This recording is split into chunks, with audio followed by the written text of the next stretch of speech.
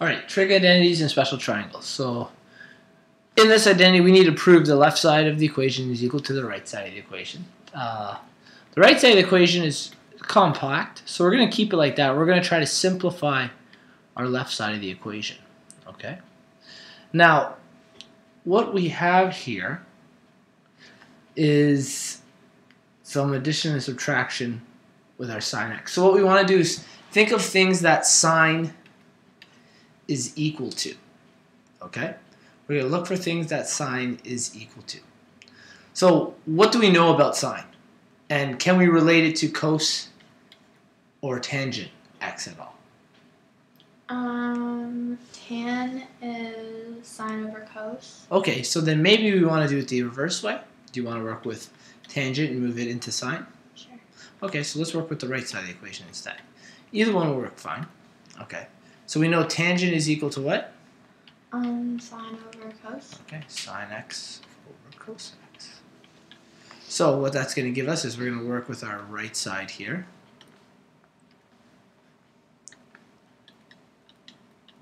We know 2 times sine x divided by cos x is all divided by cos x. Okay. So how can we work with what we have here, sine x divided by cos x? Do we know what's going to happen there? You turn the bottom cos into a fraction, and then you do multiplication. Okay. Or we do division, you could even say, right? So let's turn this into, we'll make this equation straight. So it looks like this. 2 times sine x over cos x. Sorry, not times. Divided by cos x, right? So divided by cos x, which is technically above 1. We're going to make this a multiplication question.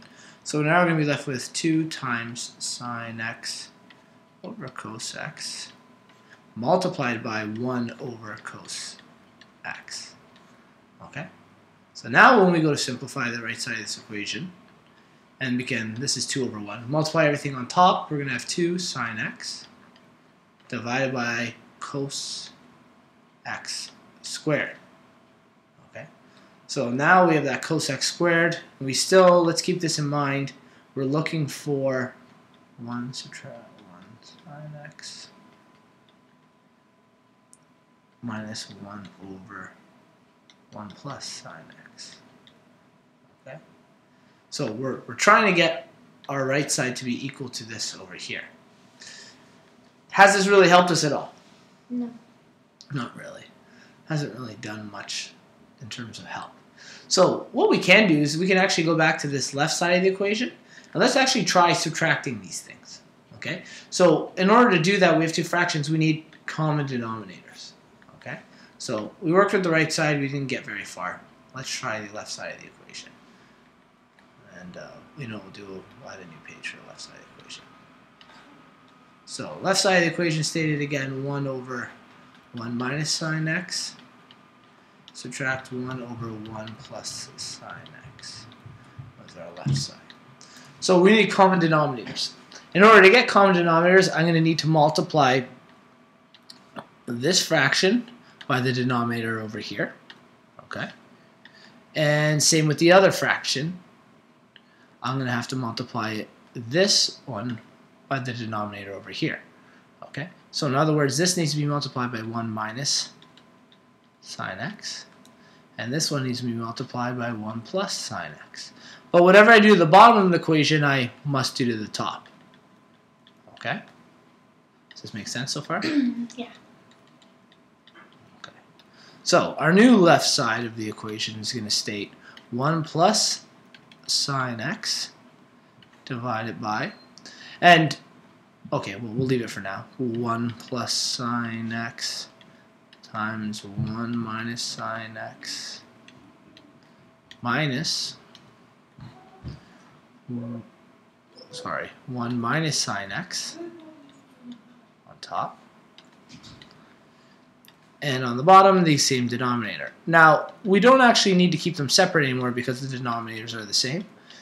So we're going to turn this into one fraction.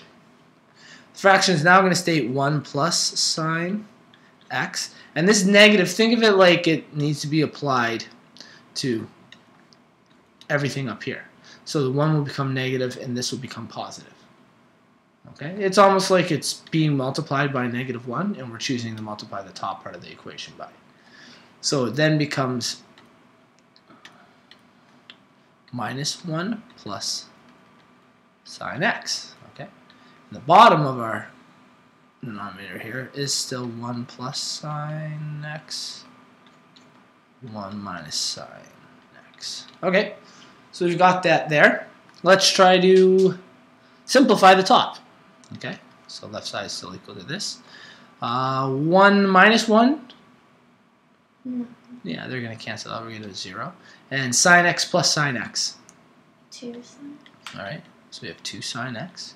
And we still have that same denominator. Now, this denominator, can we use any of our identities to do anything with it? Is this similar to 2 or sine squared x plus cos squared x equals 1 or no? What? So you know this identity? We talked about it a little earlier. Sine theta plus cos squared theta equals 1. Is that similar to what we got on the bottom? Can it be rearranged that way? Yeah. You can? Well, do we have squareds? Yeah. We do? We're only to the power of 1 right now. Okay. So I was just curious because a lot of times students will see this and they'll think, oh, this is related to cos squared theta. But it's technically not. We don't have our squared there. Okay? So, but what we can do is think of this like a quadratic. We can FOIL. I can expand all of this. Multiply across and see what we get on the bottom. All right? It may help. It may not help. Let's see what we do. 1 times 1 is going to give us 1. Oops. Okay. 1 times negative sine x is going to give us negative sine x. Positive sine x times positive 1 will give us positive sine x. And then positive sine x times negative sine x will give us negative sine squared x. Does that make sense? Yeah. Can we simplify the bottom? Is it going to be 1 minus sine squared x? Yep, that's right. We're going to have on top 2 sine x. And on the bottom, these guys will cancel each other out, create a 0. And we're left with 1 subtract sine squared x. Now, is 1 subtract sine squared x related to what we had over here? Yeah. Yes, it is. In fact, if we were to move just this squared x over, we'll be left with cos squared theta is equal to 1 minus sine squared theta. Okay? So in other words, we can replace the bottom of this equation with what? Cos squared x? Yeah, cos squared x. So now we have 2 sine x divided by cos squared x. Good. So we're getting there. Let's try to remember what was the original, or on the other side. What did we have? We had on the other side 2 tangent x is equal to cos x, correct? Okay, so we're getting there. We definitely have a 2. So we have that 2. The only difference is I have a cos squared and a sine squared. Now, there's one last thing what I'm going to do. Instead of writing this as cos squared, I'm actually going to decompose it. Okay? What I mean by that is I'm going to write it as its factors. What are the factors of cos squared x? Do you know? No. Well, I could just represent it as cos to the power of 1 twice. Sine x over cos x times cos x. Okay? Technically, that's the equivalent of this here. If we multiply cos x times cos x, we would get cos squared x. And the reason I'm doing this is because I found a similarity. Do you know what tan x could also be equal to at all? No. You take a look in your thing.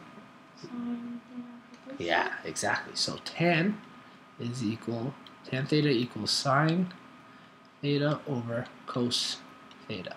Which means, if I get a fraction like this, sine over cos theta, or in other words, like this, I can replace it with just tan theta. So I decompose that so that I can put tan instead of sine over cos. So in other words, I now have 2 tan x over, and it's because this part here is equal to tan theta, just cos x. So quite a bit we did there. Why wouldn't you just leave it like that and then it's equal to that? Which one? Say it again. Like, you know how we did the left side first and we got that? Why wouldn't you just leave it like that on this side? Oh yeah, we definitely could have. Oh, and I wrote that theta wrong. You're right. You could have worked one side. You could have worked one side, got to a point. Let's be squared there. You could have got to a point and then left it there. I just kept going because I wasn't sure if you remembered that we had gotten that far. You're 100% right. Because we'd gotten this originally to sine x over cos squared x, which is this here, we could have stopped. And right there I could have said left side was equal to right side, but I went a little farther just to go right back to the beginning where we had it. Okay, yeah. Either way would have been fine. Okay, we're going to go over cosine law here. Now, cosine law, some textbooks show you 3 different ways to write this law. You guys seem to have the equation written this way. There is an important thing. It's kind of like Pythagorean's theorem, where you have to know that in that case, C in Pythagorean's theorem is always the hypotenuse, right? In this one, it's actually the variable on the outside. So in this case, A is the side of the triangle you're trying to solve for. So they may have named a triangle, just for argument's sake. Let's say they name this QRS, right? And they give us some info here. I'm just going to try to make up some numbers for you. So like 50, 70, 47 degrees. That's what it look like 47. And they want you to find, this would be considered side Q. Now what's important about that is if they only give you parts, like for instance the corners of a triangle, then they call this angle Q. Well, then the opposite side is side Q, which means that this becomes side S and this becomes side R. That makes sense to you? Great. Now, the problem with our cosine law here is our A, B, and C do not correspond to what the triangle is given. They've given us R, S, Q. So I have to figure out how to do this. Well, with cosine law, you actually can name a triangle any way you like. You just want to be specific. So what we're going to do is we're going to use red for this one. And what's important is A is the side you need to be solving for, or the angle. What cosine law does is actually solves for only 2 things. It either solves for the side at the front of the formula, or it solves for the angle at the end of the formula. We don't use cosine law to solve for any of the other things in here, because if we're looking for that, we can probably use sine law to solve them. Okay, so keep that in mind. So in other words, I'm going to rename this triangle. This triangle then becomes angle Q is now angle A, which makes this side A. And then the B and the C are not as important. You can call this B, side B, and this C, side C. Okay? So just remember when you're going through cosine law that if you're going to use this specific formula, you need to rename the side or the angle you're solving for the A in this case. Okay?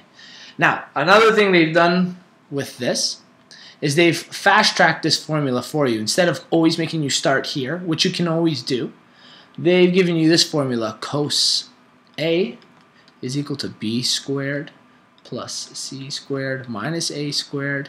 Oops, that's a squared. All divided by 2BC, right? Is it negative? I would think it needs to be negative. Oh, maybe not.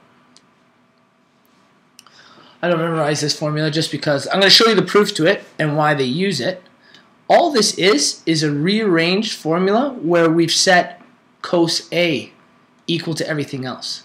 So they've rearranged this formula, okay, so that you can solve for cos A or the angle simply.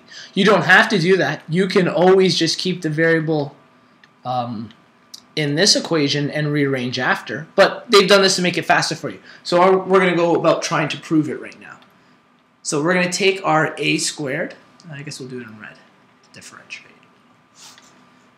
A squared equals B squared plus C squared minus 2BC cos A. Okay.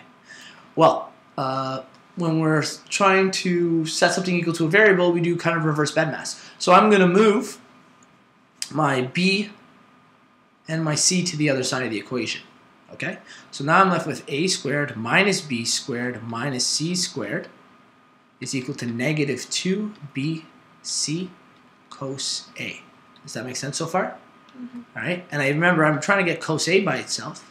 So in order to do that, I have to divide by negative 2bc, both sides of the equation, negative 2bc. We get cos a is equal to a squared minus b squared minus c squared divided by negative 2bc. Now, let's get a bigger view here. That's not quite the formula. All right, I just want to draw your attention to that. This has a difference to this. In fact, the b and the c in this one are both positive, and the a is the negative one, and there's no negative at the bottom. Well, what they've done is, when we're dealing with a fraction, you can technically apply, if you have a negative fraction, the negative to the bottom or the top of the fraction. Okay? So what they mean by that is, let's say this negative here is actually calling this entire fraction negative. Okay? So in other words, what we're trying to say now is this is negative a squared minus b squared minus c squared divided by 2bc. Let me zoom out a little. Is equal to cos a. I'm going to zoom in again. Okay, so we've done that. We've kind of taken the negative out. So it's no longer on the bottom. And what we're going to do is we're going to apply it to the top numbers. This is legitimate. You can do this because of a fraction rule. So when I apply it to the top numbers, well, lo and behold, b becomes positive, c becomes positive, a becomes negative, and the bc at the bottoms are positive, and we're still equal to cos a. Now, look at the entire page. Technically, you're going to highlight these things. This formula, this formula here is 100% equal to this formula here, and is 100% equal to this formula here. All of them are equal, they're just written a little differently. You can use any version of it you like. It's completely up to you. And remember, the whole reason they've done this is just to isolate the angle at the end. So for instance, when using cosine law, see this triangle we had at the top, maybe they didn't give us 47 and they gave us, this was, I don't know, 60. Okay? Well, then they're like, solve angle Q, or in this case, angle A, we renamed it. Well, then you would kind of use this to fast track it. You could plug everything into here and then go through this entire process to isolate A, or you can just do it like this, if you remember that formula. So that's the whole reason that formula is there. It's just to kind of give you an idea how to solve that. Okay, question. Emma's on a bridge. One of the boats is at a bearing of 230 degrees. So we're going to say for now that boat's over here. Okay, because right now it's kind of tough to draw in 3 dimensions. So it's kind of going to look 2-dimensional too. The other boat's 120 bearing of 120 degrees. This is boat B. Okay, boat B and boat A.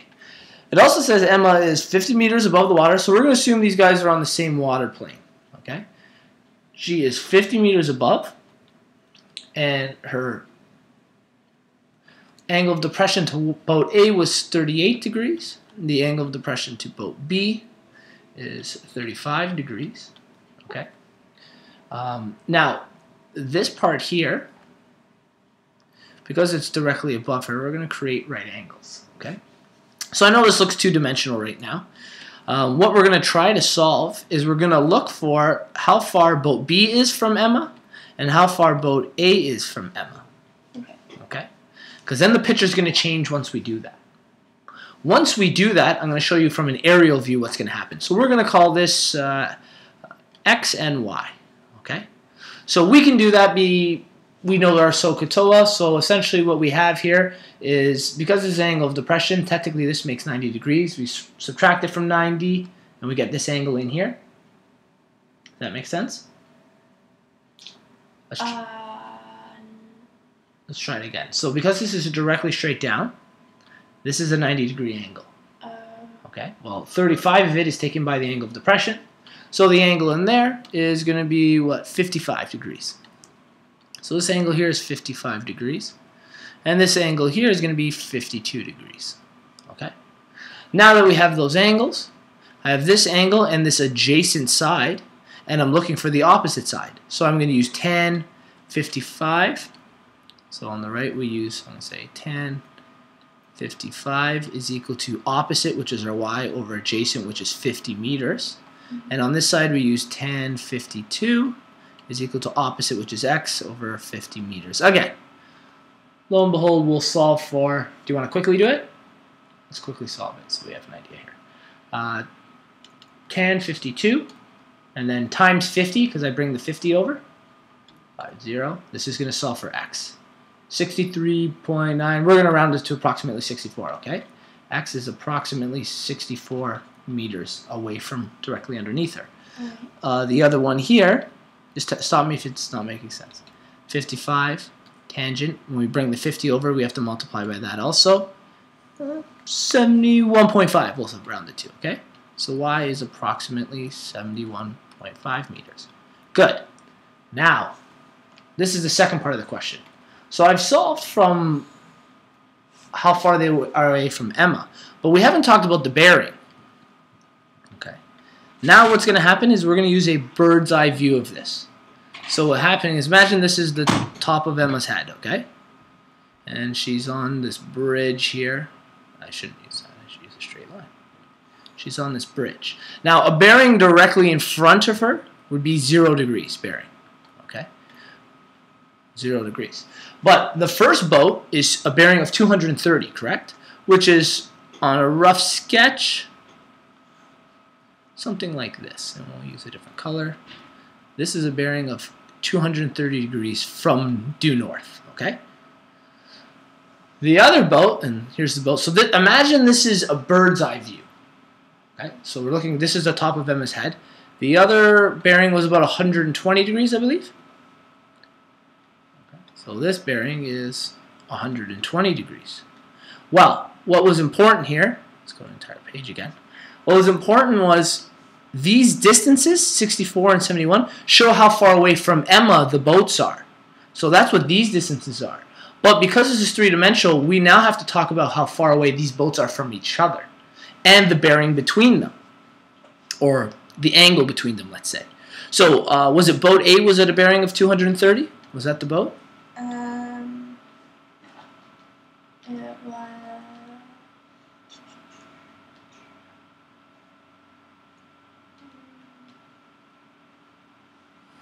Yeah, 230. Okay, so this is our boat A. So the distance from Emma to boat A was 64. So this distance between them is 64 meters.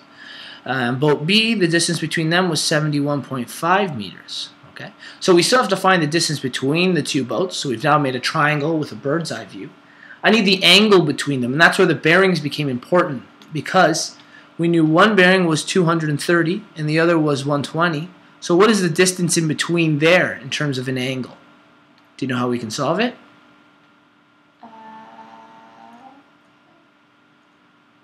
Think of it like this. We went all the way to 120 and then went all the way to 230. You subtract. Yeah, that's right. The distance between them is going to be the angle between the two boats. So we're going to take 230, subtract 120, and we'll get 110. So the angle between the two boats at a bird's eye view is 110. And now what we have is the distances from Emma and the angle between them. We can now solve for the exact distance between them. And what law would we use to solve for this one? Sine. Do I have a complete ratio? Opposite angle, opposite side? No. No. So what would I use? Cos. Cosine law to solve for this. Does that make sense? We had to look at it in two different views. Because my drawing ability isn't great for three dimensionals, we used two different two-dimensional views. So this was when she was above the boats to find out their distances, and then this is a bird's eye view staring above them at the boats.